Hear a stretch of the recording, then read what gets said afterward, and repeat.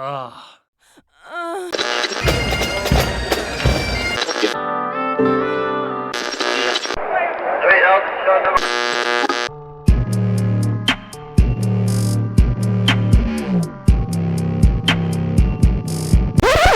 Time to kick off the most random podcast available, so let's strap on and penetrate these topics. So on the way out here, we encountered some crosswalks, and it got us talking about a topic I think is near and dear to our hearts.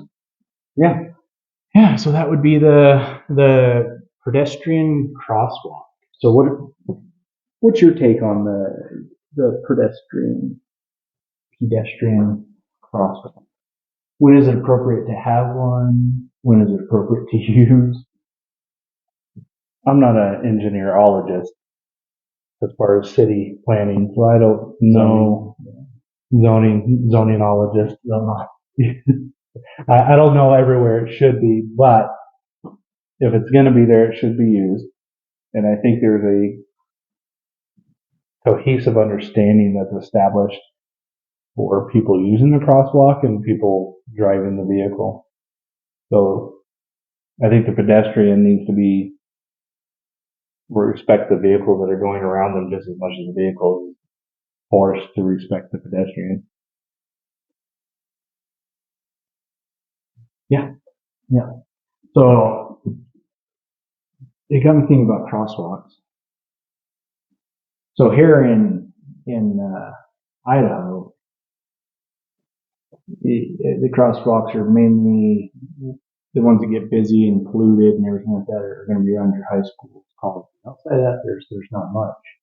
But I would assume in some of your bigger cities like China, Japan, Those are countries, but now in the city of Japan, in the city of China specifically, Chinatown, San Francisco, the best Chinese food out there. The crosswalks are a staple of their roadway. Yeah, there more people, less cars, but yes.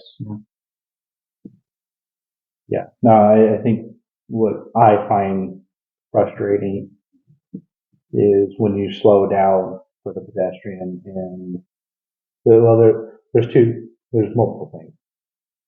One, when you're not sure, they're not on the crosswalk, but you know that they're going to still cross the street. They're like in a school just got released. Yeah, but so are we talking they're facing the crosswalk, or are they walking towards it? They have that look like they're looking for cars.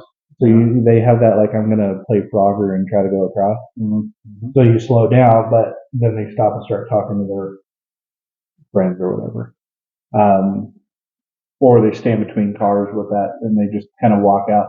There's probably a topic for another time, but there's definitely the modern generation, if you will, has kind of a fuck it and find out later. I'll deal with it later. If you hit me, no big deal. It's your fault.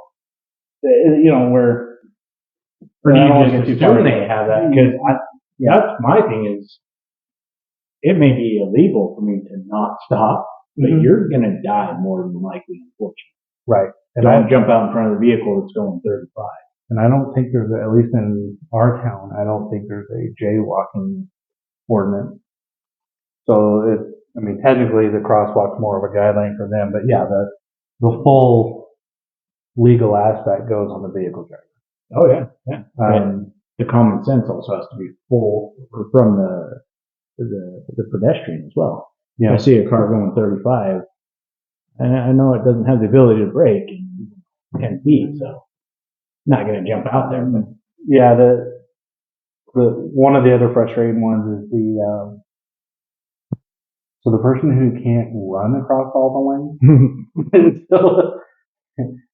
Frustrating or funny? Because I'm not. It's a little bit of both. It's frustrating when I'm running because believe it or not, I'm built for speed, not endurance. But I know if I can get across the street or not. So some of them will play the Frogger game. They'll run maybe one lane across, and it's a 2 by 2 or 4 lane, whatever. So they make it halfway and then they slow down. Well, that's a lane that has the people in it driving. And then there's the other ones that start walking, but they don't have a sense of urgency to respect the vehicles waiting on them, and they just, I mean, most of the time it's just kind of They're like on their phones. I see it during the down by those seminary buildings that are on the school. I haven't seen so much around the seminary buildings, but I could see how that would be an issue. There's one that goes across the street with one of the many high schools that they have in this town. Does it just flow across the street, or It's is a it little one spotty. of those ones that has? It's spotty. There's a light, but the students kind of. But they do have to go across the road, don't they? Yeah, they flow across from the Seaman building. Yeah, the seminary building just kind of have a constant. So there could be a good flow of them. Could be.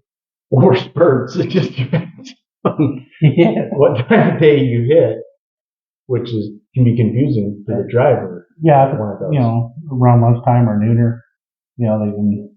Do they run those? across. I mean, it's been a minute. I think, what do they run seminary 7 times a day? I didn't have those in my 7 school, different. so I'll figure. I'm assuming there's one for each shift or hour or whatever they call it. Well, I don't know. But yeah, it's just, there's one of the high schools that's like right in the middle of town. So you've got, that's a cluster. You've got the high school crowd, you've got the commerce crowd or whatever you want to call them. And then there's some residents around it, right? So you have a residential crowd and just asshole drivers in general, but we talked about that in another episode. So you've got all those going on. And, there just needs to be a mutual respect. Yeah.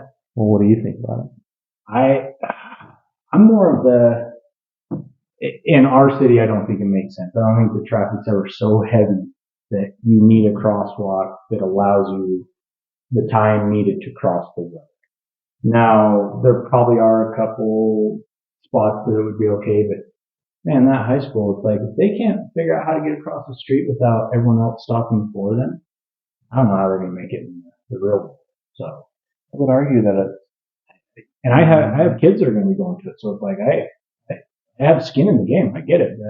That's why I taught my kids from day one. It's like, look both ways where you go. And it doesn't matter what the law says. You will still get hit if you're not paying attention or if the driver's not, right? Just because there's that crosswalk there, that doesn't mean, Timmy the typewriter isn't down there. Yep. So my thing is, it's more of a needed for those bigger cities where there's just that constant flow. But now I think you can argue. I can see it both ways at the high school level because they should know better. I think they're relevant with elementary and junior high because they're at the very least elementary. Right? Yeah.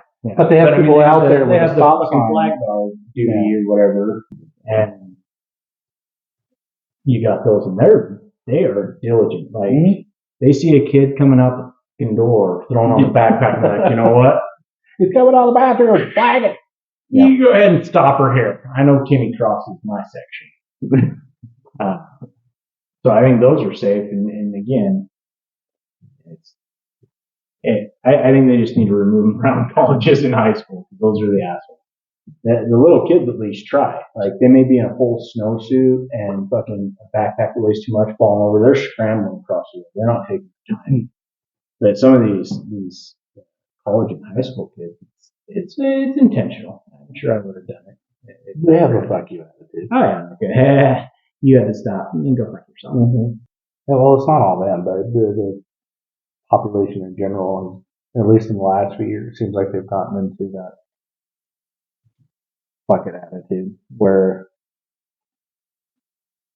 So it's probably excessively on the cautious side, but is it the bucket attitude or the entitlement attitude? Probably it might be a little bit of mix, but I intentionally try not to get in a wreck because I don't want to deal with the insurance stuff and having a car out of commission and like you think downrange several steps, right? A lot of people now. You need to get downrange to get to not getting in a car wreck. Because I think just not getting in a car wreck. You think several steps ahead, beyond just let's not get in a wreck. So a lot of people are or a fender bender. I'm pulling over. I don't care if you see me or not, or if you can brake in time. So here I go, and it's kind of like, I'll deal with it. I'll call in sick, or I won't go to class. And I guess I didn't realize there probably are people like that. You can just tell by the way they drive. or the way they walk out in front of cars. Yeah. No, I mean, what is that? What was that off of Better Call Saul? Jimmy? Is that Jimmy? What was his? Paul Goodman? Yeah, because remember he had the little thing where he'd fall on the ice. Oh, the con artist? Yeah. Yeah. I mean, I kind of figured that down in Utah that they have that attitude more on the. Well, that's a shitty driver. No, they're just assholes. I mean, they are total assholes. But it's more of that because I've noticed everyone has scuffs on the back of their bumpers, so it's like they're like going in and out of it, and they're like, oh, yeah. So I just get a new one. Yeah, it's I already dicked up the right hand side. I got full coverage. I don't care. Yeah. So yeah, I guess I can see that. It's just that attitude. To me, I just equate that as an example with the crosswalks that they just don't care. Well, I know you reduce speed, so if you bump me with your, tap me with your bumper. I don't think a lot of them realize how even like 5 miles, 10 miles. No, I don't think so. I think they've watched maybe too many, and maybe I'm overinflating what it really would do. I wouldn't want to get hit at even 5 miles by a truck like that. Just sounds not fun. No, like even one that's kind of slow. Oh my God. Yeah, maybe they don't understand that Fast and Furious 1 through 20 are not real. Well, and so that's a good topic to talk about. So we'll do the cheers to a new topic. So that's what, right? So we know where to cut. Is that cheers to Big Gaper? All right. Seafoam for all your auto marine fleet needs.